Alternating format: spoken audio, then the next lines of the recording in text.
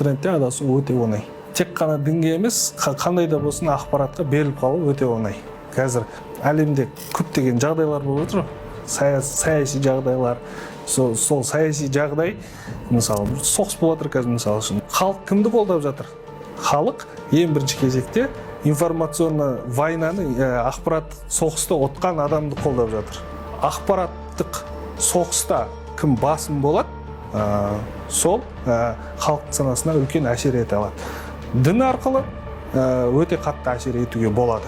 Кейбір мысалы мамандардың өздері де кейбір мәселелерді, діни ақпараттар беріліп жатқан кезде мамандардың өздері де айыра алмай қалады. Мынау деструктивті немесе деструктивті емес, дұрыс бағытта деген сияқты.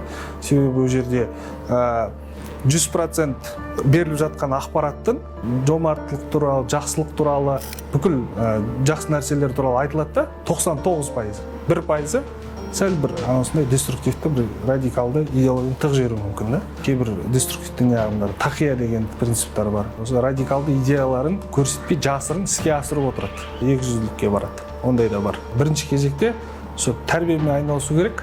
Тәрбиемен қалай айналысамыз? Балаңмен, осы жасөспірім балаңмен бірінші кезекте дос болу керек. Дос болу керек. Ол саған сырыңды айта алатындай деңгейде болу керек. Мектепте сол бағана айтқандай буллинг может жасайтын шығар ол балаға, немесе бір достары жоқ шығар. Егер оны айта білсе, сол кезде ол проблема шешіледі.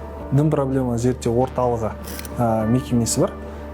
Және осы жерде жалпы білікті, білімді, тәжірибелі теолог мамандар жұмыс істейді.